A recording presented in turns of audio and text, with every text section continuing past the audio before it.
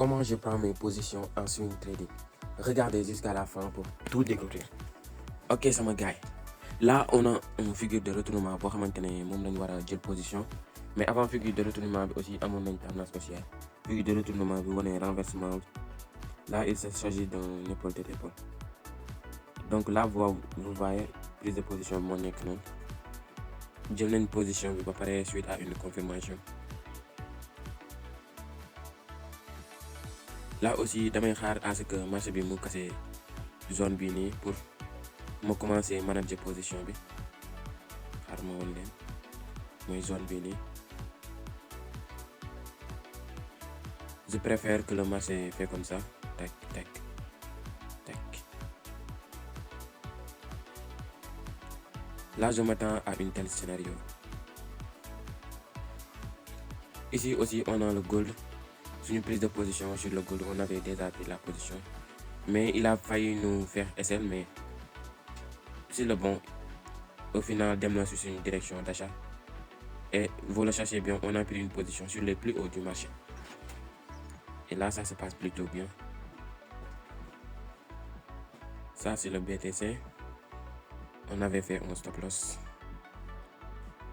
Dañoo jël position plus tard, marché bi def ñu stop loss direct. Là, on attendait une prise de position, mais le marché n'a pas confirmé la prise de position, donc on a avorté le trade. C'était sur le livre sterling dollar américain. Puis aussi, on s'attendait à ce que le marché casse cette zone, mais au final, ça ne s'est pas passé comme prévu. Donc, jël une position parce que même si on avait même pris une position dès le premier confirmation, on allait se faire essai.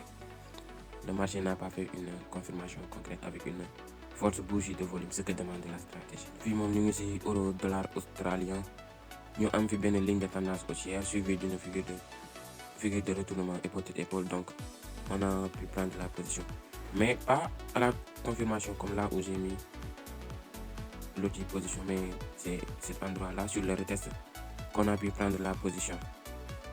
Là voilà, là je mets mon TP sur le plus bas avant, là où le mouvement haussier avait commencé.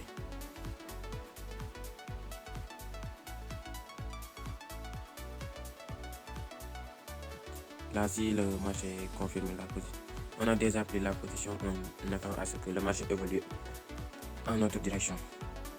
Là aussi, on est sur le dollar australien, dollar canadien, mais on n'a pas pu prendre la position parce que le marché devait confirmer. Et quand il a confirmé la position, on n'était pas là. Vu qu'on n'était pas là, on avorte le trade parce que la position a dépassé le risque reward minimal qui est de 2,5. Il est inférieur au risque reward minimal qui est de 2,5.